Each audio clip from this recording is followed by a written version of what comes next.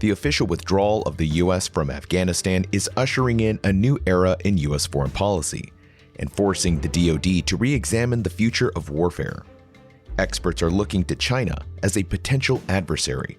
But before we can start talking strategy, we need to understand what the Chinese government is and how that's different from its own people.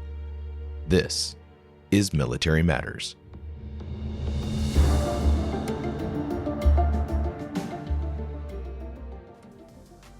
Want to keep your dollars and cents? Then download the Sense app from the Office of Financial Readiness. That's Sense, S-E-N, money sign, E, to save for retirement, build credit, create a spending plan, or buying a home. You can't do any of those things without money. So if you have sense, you'll download the Sense app. That's S-E-N, money sign, E, today. And be sure to follow at DoD FinRed on Facebook, Twitter, Instagram, and YouTube. I'm Rod Rodriguez. I'm Jack Murphy. China is a country that has been at the forefront of American foreign policy for decades. As the U.S. shifts its focus from the war on terror to a potential force-on-force war with a near-peer adversary, China once again takes center stage as a complex trade partner and a possibly deadly enemy. Jack Murphy takes us into the first of a three-part series on China. Is it a road to war or something else? The Chinese century is the concept that the 21st century will see China rise to become a global leader, a superpower, in the way that America became one after the Second World War. But is this narrative an accurate one? China is indeed rising, with an economy projected to overtake the United States in as little as a decade. Either way, the rise of China is the predominant U.S. national security challenge of this century. Unlike international terrorism or even a resurgent Russia, China represents a credible threat to America's superpower status. To get a better understanding of this subject, I really thought it was important to bring in some qualified subject matter experts into the conversation. Not pundits, not people with passionate opinions, but actual credentialed experts who have dedicated their lives to studying America's often adversarial relationship with China. The rise of China and America's confrontation with the Chinese Communist Party is likely going to be the national security issue of the 21st century. In order to take this subject seriously and give our listeners the quality information that they deserve, we cannot rely on commentators or people who use their emotions to lead their understanding of this issue. With that in mind, I reached out to former CIA analyst Gail Helt. I spent the better part of a decade really focusing on China, most specifically its relationship with Taiwan, all things cross-strait relations. Are they going to go to war? Are they going to, declare independence? Is China going to invade? Are they going to suck us into war? That kind of stuff for the CIA. So that was from 2003 to the later part of that decade. And prior to that, I had studied China a lot in grad school through a master's program and almost through an entire PhD program. The CIA recruited me out of that, and I was happy to go. So I was political science majors in both of those degree programs, but I was always interested in China. And so every time I could, I focused my research papers and presentations on China-related topics. So that was my interest and why the CIA was interested in me. Gail's fascination with China started in her 20s when she took a college class on Chinese history. That fascination took her right through a career in the CIA after visiting the country while she was in school. She has a genuine love for the country and its people.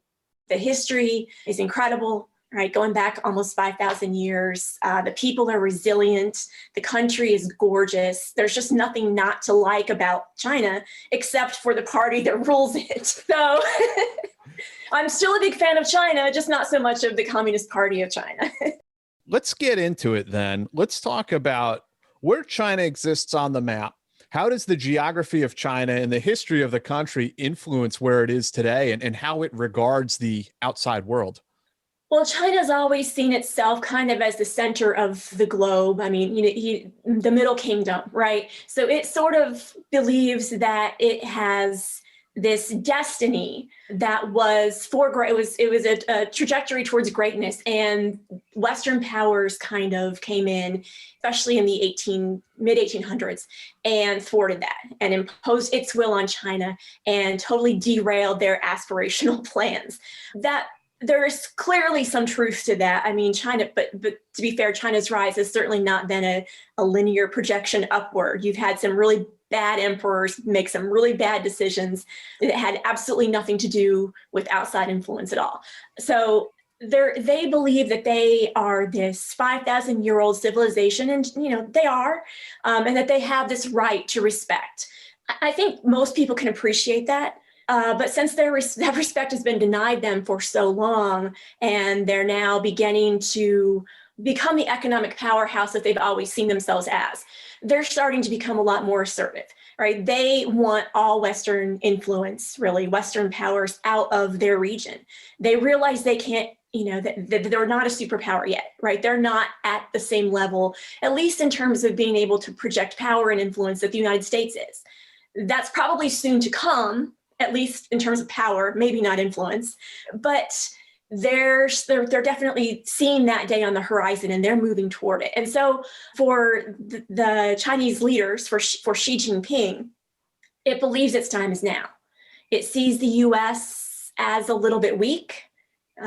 Maybe I'm being too kind, as very weak, weaker than we've been, right, since China has begun its rise, for sure. Weaker than we've been since 1949, when the People's Republic of China was founded. And that's not entirely due to the last 4 years of the Trump administration, but it's largely due to that, I think. And those 4 years converged with Xi Jinping's second term of office. So you've got this convergence of two things: a very assertive Xi, who is trying to make a name for himself and kind of enshrine himself in China's his legacy is China's. That's how he sees this. And you've got a United States that's, in Xi's mind at least, weak. So China's not going to have a better moment to propel itself to the international stage, and it's definitely seizing it. Something I've read in the past, I'd be interested to hear your thoughts on it, is that for the Chinese people, things like the Opium Wars or like the Boxer Rebellion, where the U.S. military, ransacked some palaces and burned them to the ground back in the day. Like, if you talk to Americans and ask them about that, they have no idea that even happened. Like, I don't think that's something that's even in like high school textbooks. If it is, it's probably one sentence. But for the Chinese, this like resonates very seriously. Like, this is something they're very aware of, and it hurts them. It hurts their sense of pride to this day. That's true, and they'll refer to it as their national humiliation, and that's something that Xi Jinping still talks about. I think probably every leader of China since 1949 and before have spoken of it. They refer to the treaties that ended the Opium Wars as the unequal treaties, and there's others that are lumped in there with the unequal treaties. But that's true. I mean, I teach a politics and history of China class every spring, and my students I'll get a couple who've heard of the Opium Wars, but if you mention the Boxer Rebellion, they're like, there were fights between fighters? Like, what does that even mean? And it's a surprise to them. They really haven't heard of it. And then we'll talk about the Taiping Rebellion, where the foreign religious influence led to this guy who had some serious mental health issues to believe he was God's Chinese son. And he leads this cult that ends up killing it challenges the Qing dynasty and kills 20 million Chinese, right? That's the orientation of the Chinese people. That's their framework when they think of Western influence or Western intervention, or has the West done anything for China? And if you ask them, they're going to say, no, they've hurt us, right? So yeah, this is really true. And the people and the government are still holding that grudge pretty tightly. But what about Chinese Premier Xi? What does he want? What is his motivation? So I think that he wants to build a legacy that would rival or surpass that of Mao Zedong, for reasons that are not entirely clear to me, but like, what motivates any of us, right? No one's really going to know unless he tells us. But his actions suggests that that's the case. And he has an interesting backstory, right? His dad was originally part of the Nationalist Army or the Nationalist Party. And at some point, he flips and he becomes a communist and he embraces the communist ideology and joins the CCP. And at some point, though, despite his best efforts, he's accused of not being communist enough. And he's put in prison and he's 4 days away from being killed. So he said, when Mao Zedong and his troops show up to save him. So there's this legend, and there's this link that she seems to have somewhere in his brain where his family's fortune is linked to Mao. And maybe he feels like it's his destiny or his purpose, his reason for being here is to pick up Mao's legacy. Maybe he feels like he owes him something. I don't know. I'm purely speculating. She's father was also purged at least one other time. I believe it was in the early 1960s, and then rehabilitated, right? That's what the party does. They kick you out and then they realize they've gone too far because the people are mad, and then they bring you back in and say, we didn't mean it. And that's what happens with him a couple of times. And so it's really, Xi Jinping has this complex relationship, I think, with Mao, and he's really committed to maintaining the party's grip on China. Now, when he first rose to power, it was basically on this anti-corruption platform.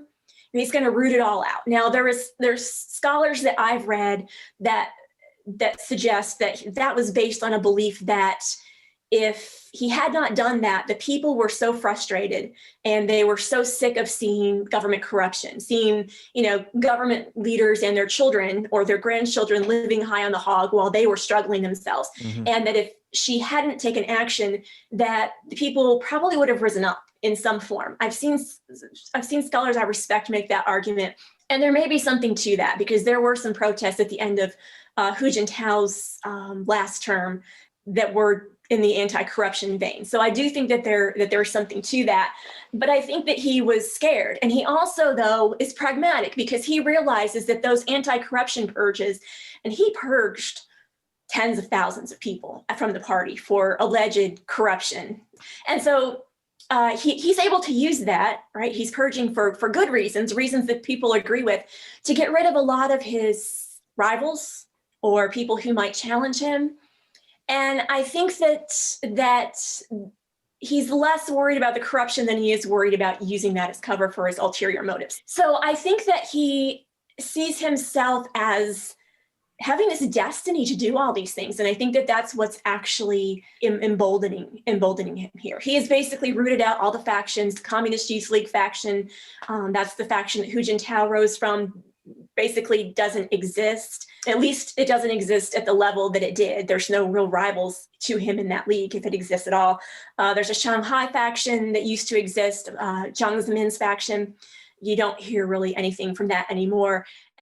According to Gail, Xi maintains a powerful cult of personality around himself.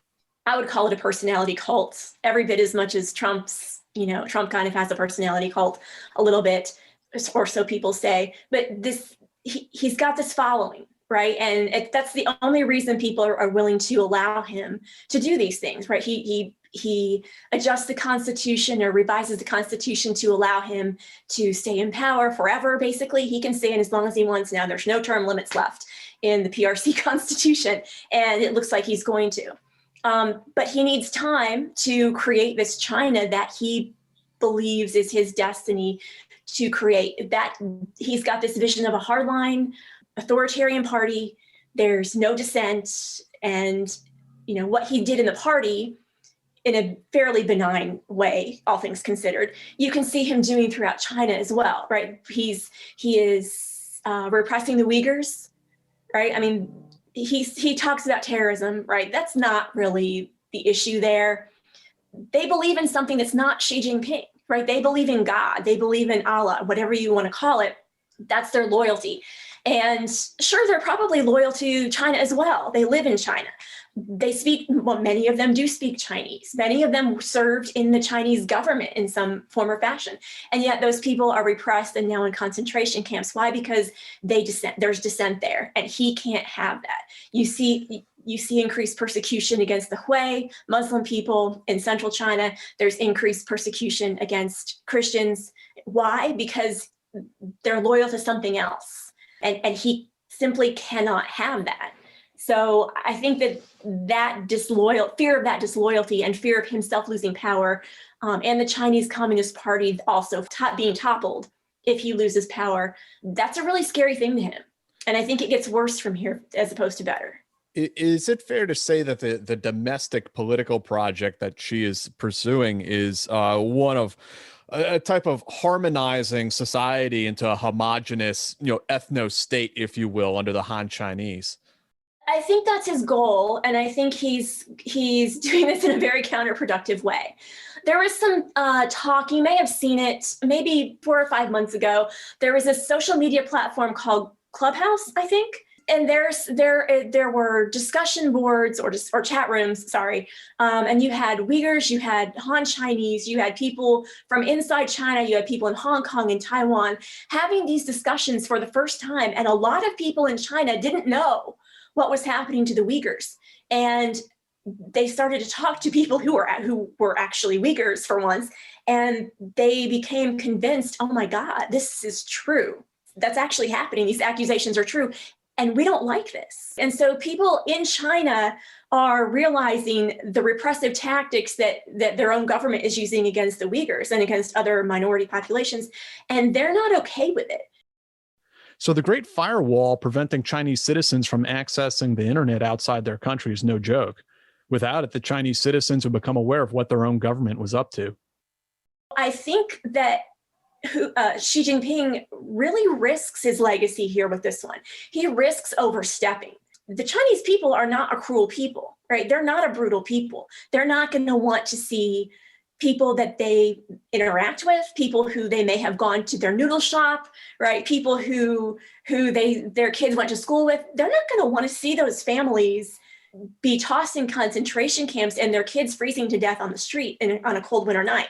That's just not something that if the Chinese people have a choice, they're going to embrace. Now, whether they're going to rise up and there's going to be some revolution over it, no, I doubt it, because they don't have that capacity. And they've seen what happens when the Chinese people do rise up.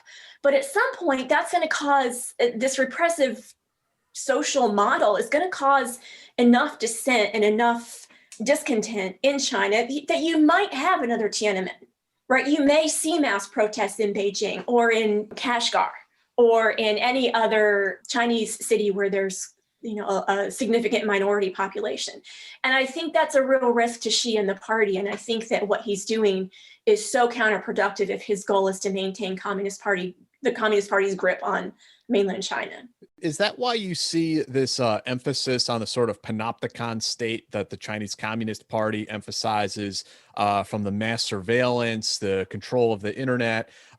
We heard a lot in a few years back about social credit schemes and how we're sort of gamifying or micromanaging people's lives kind of down to finite details. And is all of that kind of stem from the fear that there could be like a domestic uprising at some point due to the repression? Absolutely. China wants to, the CCP, the Communist Party, wants to know if that's happening so they can just sort of nip it in the bud. They want to be able to prevent it. All it would take would be even a small scale Tiananmen, where there's some kind of unauthorized protest in mainland China that gets out, and the international media is able to grab onto that and spread that and alert more Chinese that that's actually happening. That'll gain momentum, and there'll be protests all over the globe against the CCP. And that terrifies the Communist Party. They don't want to be put in a position where they have to go out shooting again at their own people. That's just going to prove that they are what the international community has always said that they are, which is basically butchers. What about Chinese foreign policy and how they engage in the outside world? If China sees itself as a rising global power, how does this bode for their interactions with the United States? They definitely want to push us out. They want our influence gone. They want our naval vessels gone. They want our trade agreements gone. They don't want us there at all. And so they will offer lucrative, at least it initially seems lucrative. They'll offer some kind of aid package or economic trade and trade agreement. They'll build a hospital, they'll build roads, they'll develop some infrastructure. They'll do it in ways that benefits the Chinese government, of course, but they'll do these things because there's some benefit to their neighboring countries that are generally poorer. They want to use this as a way of sucking these countries in and making them dependent, essentially, on China. And so there's danger there, of course, because then when the U.S. comes in and says, "Hey, remember our alliance," or will you let our naval ships, make a port call? Hey, what about selling us more rare earths, or something along those lines? China's going to go back to these neighboring countries and say, if you want your relationship with us to continue, and remember that we're right here, we're your neighbor, you better cut off this relationship with the United States. You need to deny them their requests. So I think that's part of the danger. And then there's the reality that if we become marginalized in East Asia, we do have some pretty significant allies there. We have Japan, and sure, we have a military presence there. We have South Korea, and yeah, we have a military presence there. But compared to the Chinese army on the mainland, that's really minuscule. What about Taiwan, right? There's the Taiwan question. China had thawed its relations with Taiwan to a very large degree during much of the last decade when Ma Ying-jeou was president of Taiwan.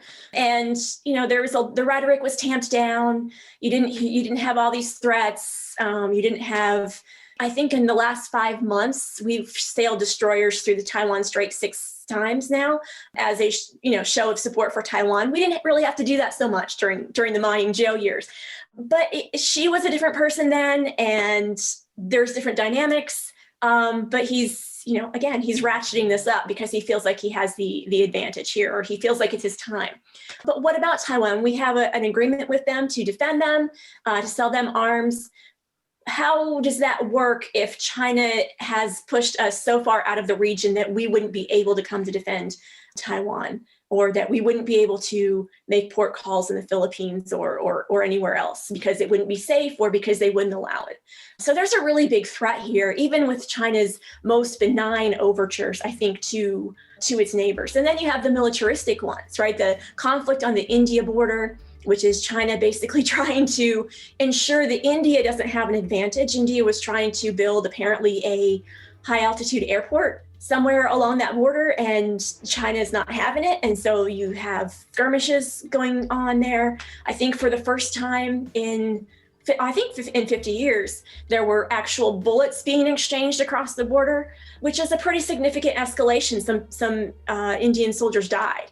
It wouldn't take much for that whole region to become inflamed just because of miscalculation. When we return from the break, we're going to discuss the importance of Taiwan to China, why it feels like an open wound for the Chinese Communist Party, why it feels like it has to get Taiwan back from their point of view and integrate it into the wider Chinese state. Are you a military spouse? MilSpouse Money Mission educates and empowers those whom service members rely on most. So if you're the household 6, captain of the homestead, leader of the domicile, check out MilSpouse Money Mission from the Office of Financial Readiness. Also, they have an app, Sense app, SEN money sign E, to save for retirement, build credit, create a spending plan, or buying a home. If the last year taught us anything, it was how important it is to save for a rainy day or a COVID year. So if you have any sense, you'll download the Sense app. That's SEN money sign E today. And be sure to follow at DoD FinRed on Facebook, Twitter, Instagram, and YouTube.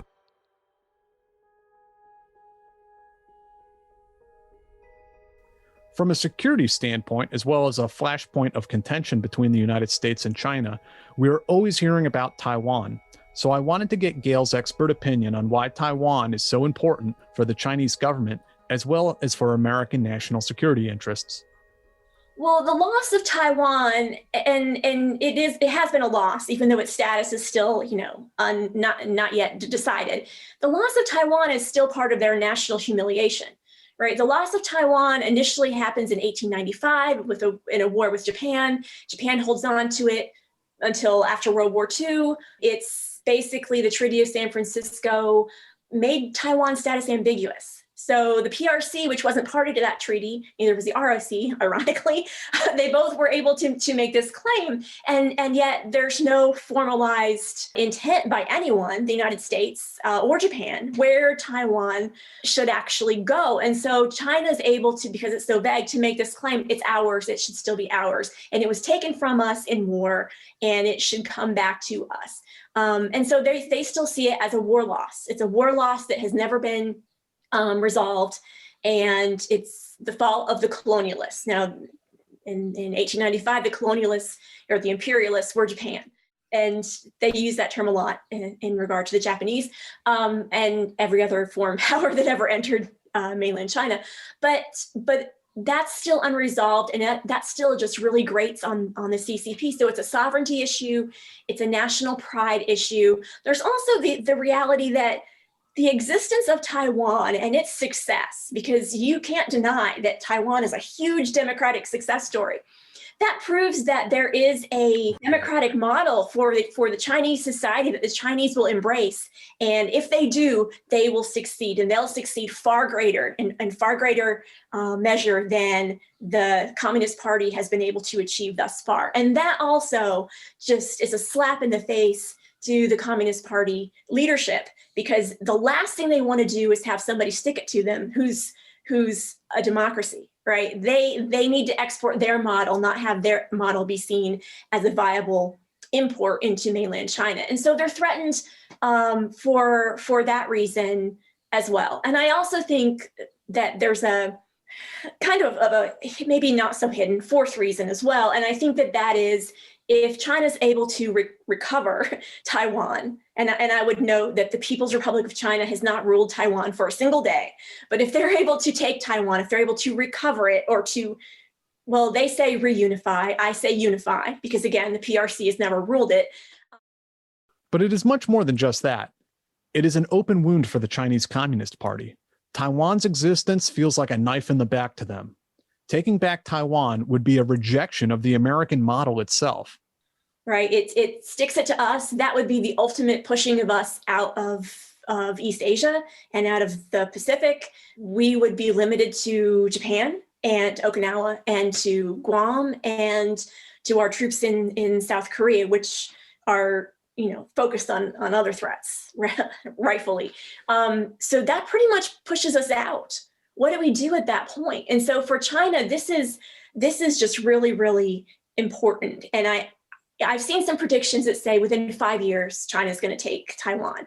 And I'm not sure that I buy into the 5-year thing. I wouldn't even say 10 years. China's going to try to take Taiwan when China believes that we are either sufficiently weak or sufficiently distracted, and they are sufficiently strong that they might be able to pull it off. And there's not exactly a calculus, like there's not a empirical calculation that you can do to predict when that's going to be. Only Chinese leadership knows when that's going to be. And that's what's kind of scary. Think about Pearl Harbor, changing gears for just a second, right? Why did Japan attack then on December 7th, 1941? Because they realized that they were becoming weak. And that if they were going to attack us, if they were going to break our embargo, if they were going to improve their lot vis-a-vis us and what we were doing, then the penalties that we were imposing on them for their bad behavior, they were going to have to do it then, because they were never going to be any stronger than they were right at that moment, because they were really hurting, right? At what point does China decide, well, the US is not getting stronger, right? So, and we are getting stronger. We don't know how long that can be sustained, right? We don't know how long the people will support us. We don't know how long, until there's another epidemic. We don't know anything. We don't know what's going to happen in the future, but we know how strong we are today. And based on our calculations, we could do it today or next week, right? So you don't really know. I mean, we couldn't predict Pearl Harbor. That's one of the huge intelligence failures of modern American history. And my fear is that missing the Chinese invasion or attempt to take Taiwan is going to be another, because I don't think that people really understand what is driving their calculus in this regard at all. I'm not saying that's an easy thing to predict. It really isn't, because it requires you to know what's in Xi Jinping's head. He's the sole decider here, it seems. There's not really consensus decision-making going on. It's like Xi Jinping's edict. And I don't know that you can ever be in somebody's head. So when is that going to happen, right? I don't know. If I were in Taiwan, I'd be a little bit anxious of all of those flights that keep coming across the midline, and there's more and more planes every day. Why is the PLA Air Force, why are they doing that? But I think it's to get people used to seeing it. So when the invasion happens, on that day that it happens, no one's going to be paying attention because, well, this happens every day. Oh yeah, there's 100 planes today instead of 75, but who cares? We used to call that desensitizing the objective. You fly helicopters around that area of operations day after day, so that when you do raid that target, they're like, oh, well, it's just another day of Americans flying around. Exactly. And I think, like, strategically, don't they call it like slicing the salami? Like, you're doing it so slowly that no one really, the threshold has not been met for a military response of any kind, but you're just kind of slowly shifting the norms, until the time that you wake up one morning, things have completely changed in the region, and everyone's like, how did this happen? Exactly. And at what point is the Chinese Navy going to meet us in the Taiwan Strait and just not let us proceed, right? I mean, is that going to happen next week? Is that going to happen next month? And when that happens, what are we prepared to do? Because while I am much more confident in what we'll do under a Biden administration, simply because the amount of experience in this administration is pretty impressive. And you've got a lot of really strong China experts, Asia hands, and I think that the bilateral relationship there is in fairly good hands. That said, are they going to be able to stop it? Are they going to be able to negotiate to stop it? Are they focused as they should be? Right? I don't know. I certainly hope so, but it really concerns me. The last thing we need is some kind of escalation in the Taiwan Strait or in the South China Sea. I don't know that. I'm sure DOD has plotted that out. I'm sure they're prepared for it. I don't know that the American people are. And what of other American regional interests in places like South Korea, Japan, the Philippines, and so on? Is China going to confront us there as well? Well, China is certainly trying to offer more favorable, well, maybe not more favorable, but equally favorable trade agreements and other kinds of soft incentives, right? Inducements, things that will make them feel good, things that they would otherwise get from the United States. But then there's also the reality that you've got Duterte, who's not exactly a good faith actor. I mean, his loyalty and allegiances they change on a whim, right? If Xi Jinping comes out wearing the different colored tie, he's going to somehow switch his allegiance.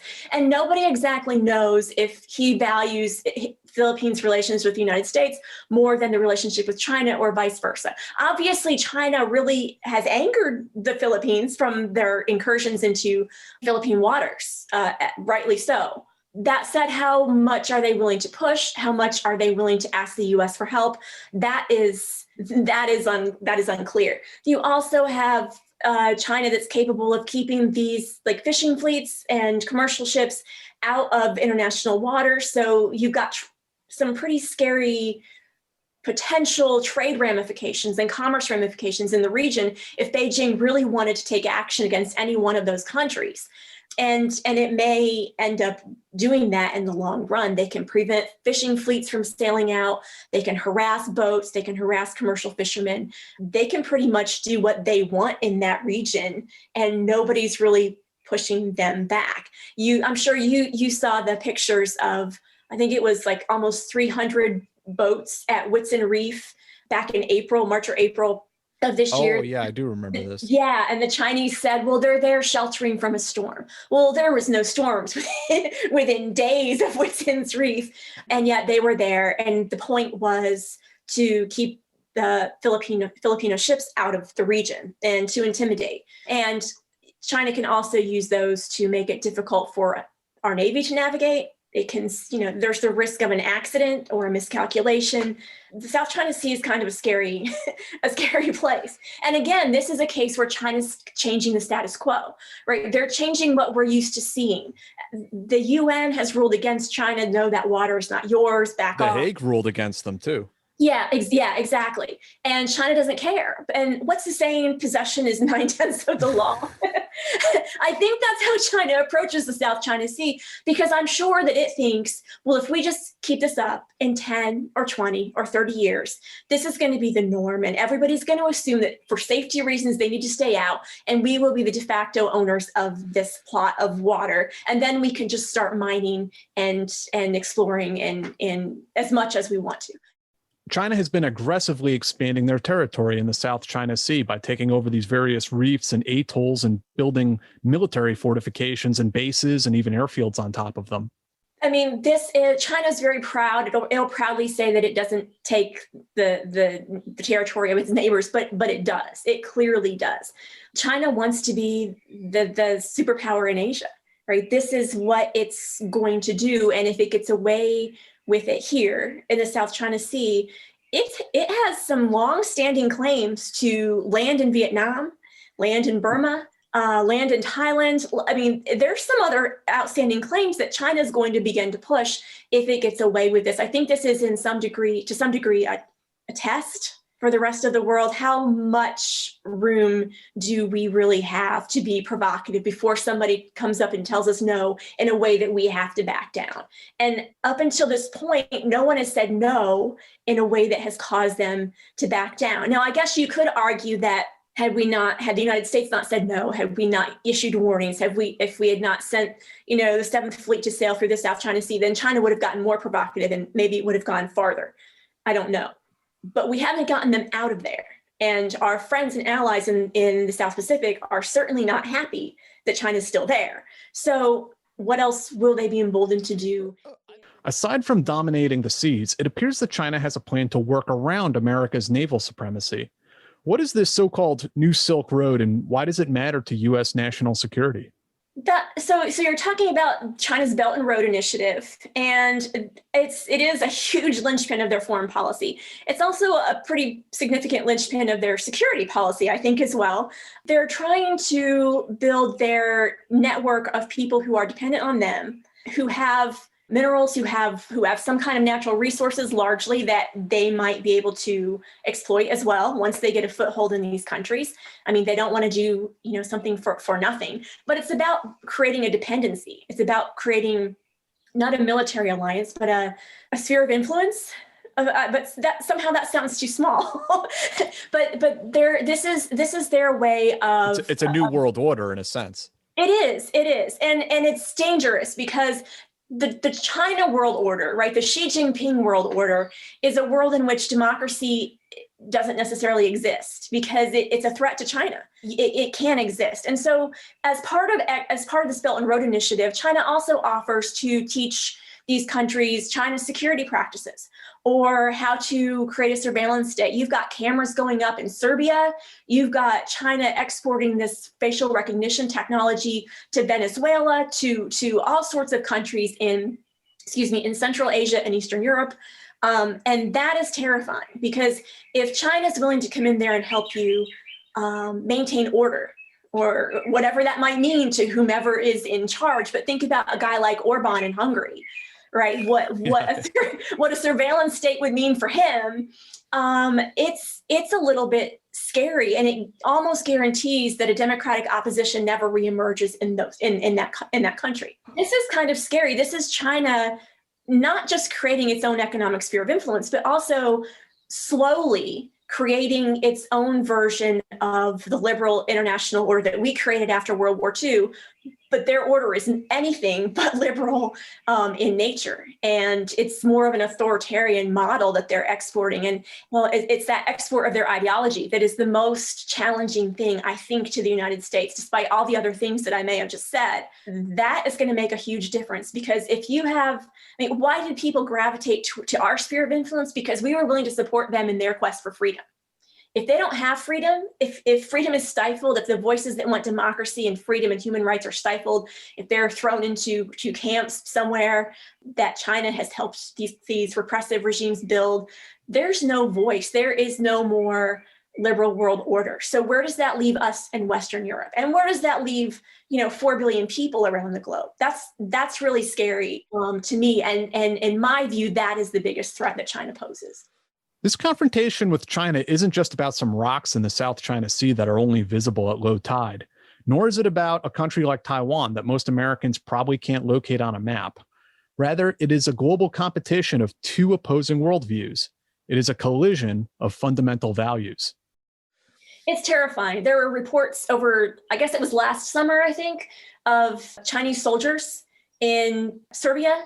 And people are like, why are there Chinese security officers here in Serbia? And China said, well, we're trying to make sure that our Chinese tourists are safe here. Well, to my knowledge, and I'm pretty well informed, there wasn't really a whole lot of violence toward Chinese tourists in Serbia stories coming out of the news.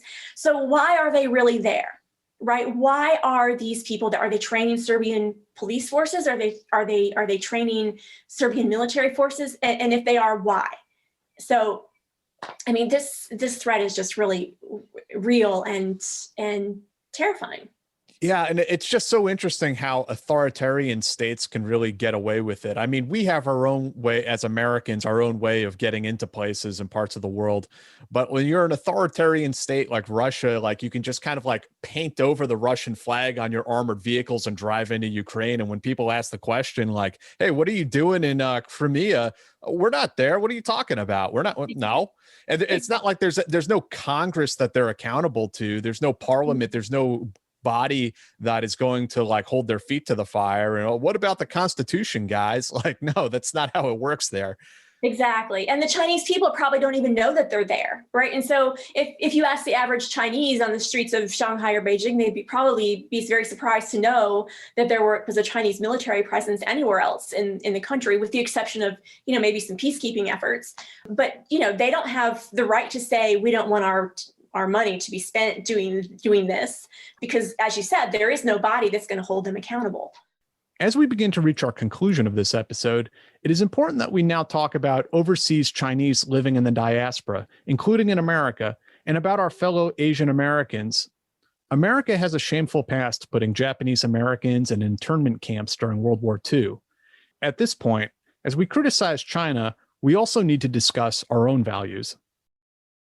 How do you juxtapose that between seeing China as an adversary, as an enemy of the United States, with also having this great appreciation, or can you at the same time have a great appreciation for the people and their culture and their history?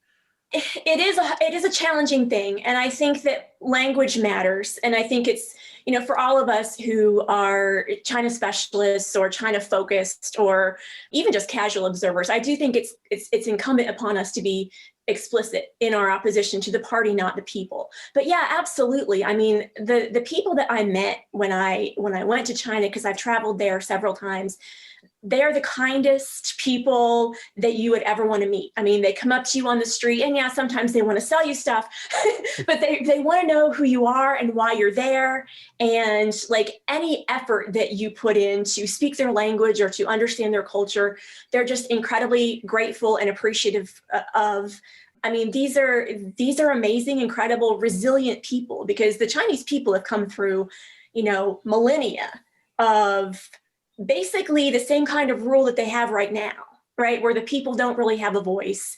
And when they start to express themselves, it's trampled down, and they've had, good emperors and bad emperors. And a lot of those dynastic rules looked a lot like the Chinese Communist Party does now, right? Where there's absolute rule and any kind of dissent is stamped out. And yet the Chinese people endure and want something better. And you can see progress in that country much, much more slowly than I would like. But yeah, it's actually pretty easy to appreciate the people and the culture while still despising the party that they're stuck with.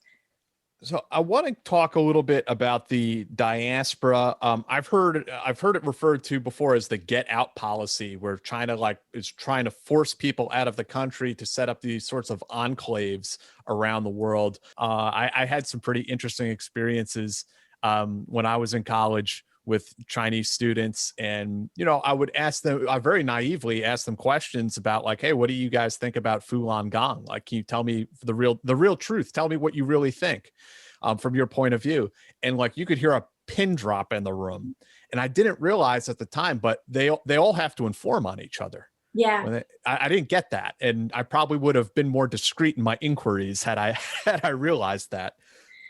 That's true. And I think there's also a paranoia, even if the only person in the room with you is that Chinese student, there's a paranoia that they're being surveilled somehow, and that whatever they say is going to get back home, and they're going to be in a lot of trouble, or worse, their parents or their grandparents will be in a lot of trouble. And so, yeah, I mean, it's a very sad and troubling dynamic that any government really, but that the Chinese Communist Party is encouraging students to go out and spread the party's influence, essentially, because that's what this is. And the goal is to create a more favorable view of China and of the party.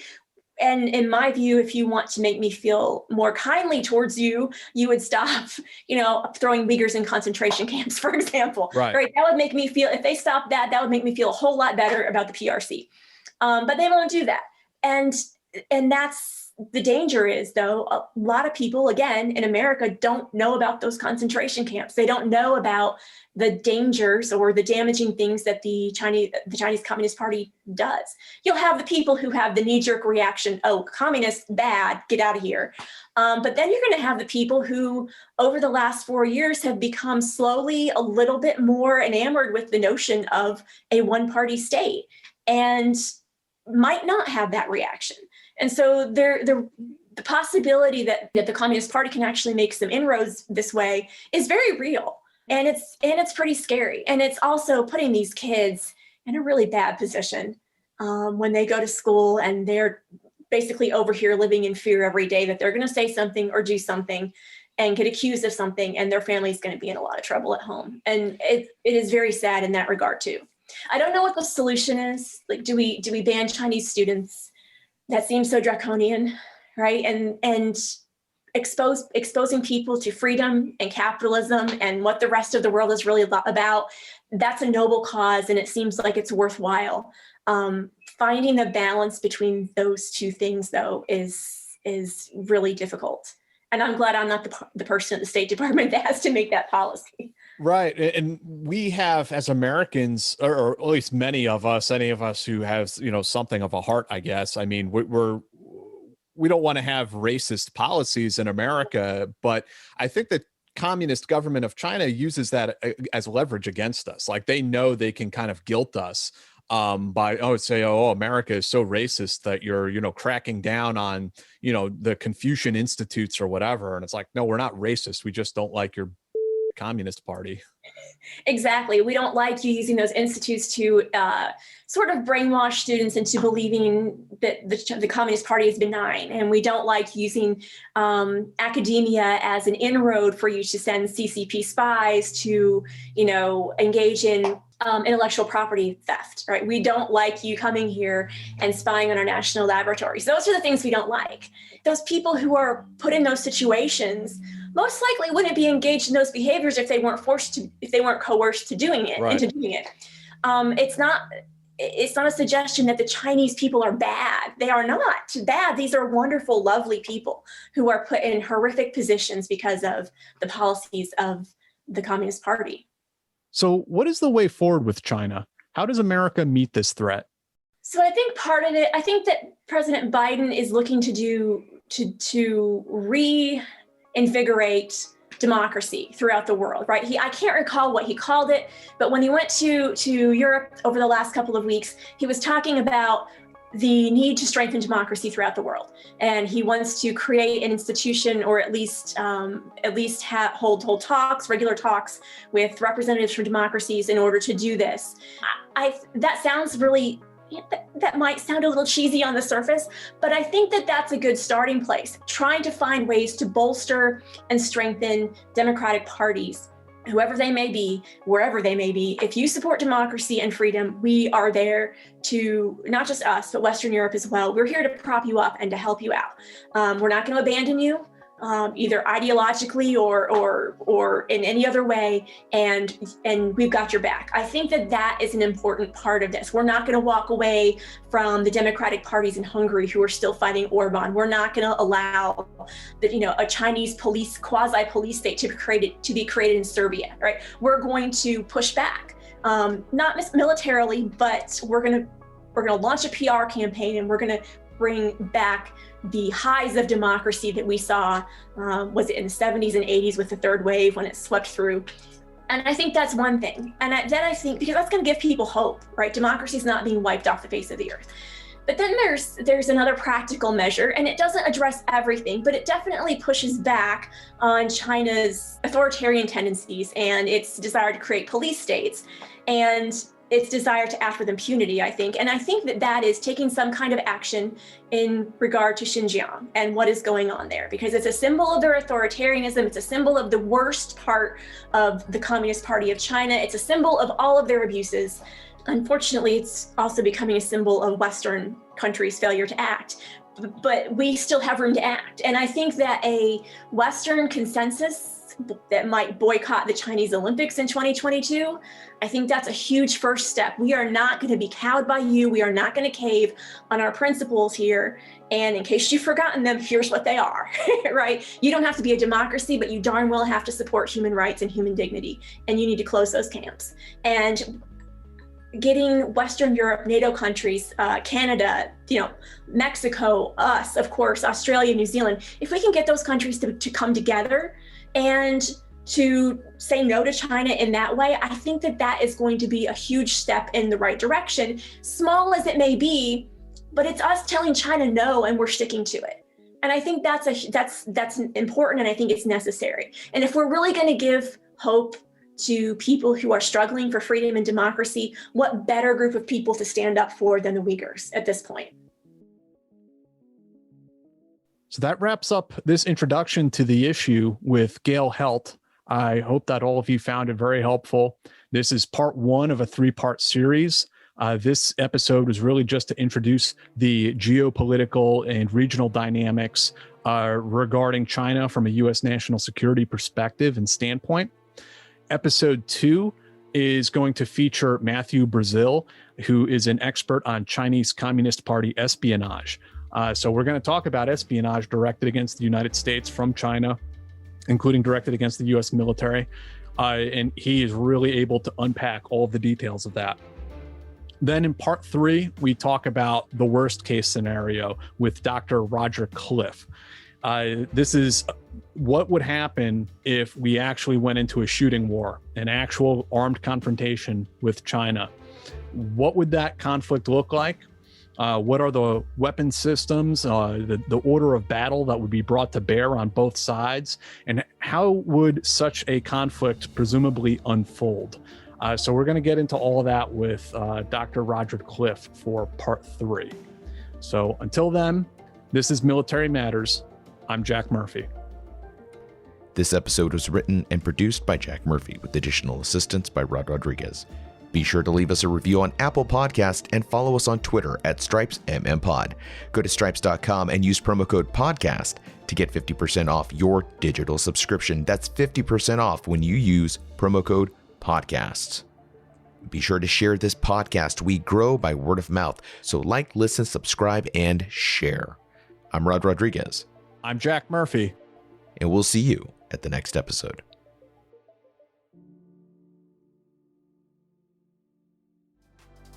Did you know that the Office of Financial Readiness has an app? Download Sense app. That's SEN money sign E. Sense app has the information you need for saving for retirement, building credit, creating a spending plan, or buying a home. FinRed has the tools you need. Download Sense app for tips on the go and follow at DoD FinRed on Facebook, Twitter, Instagram, and YouTube.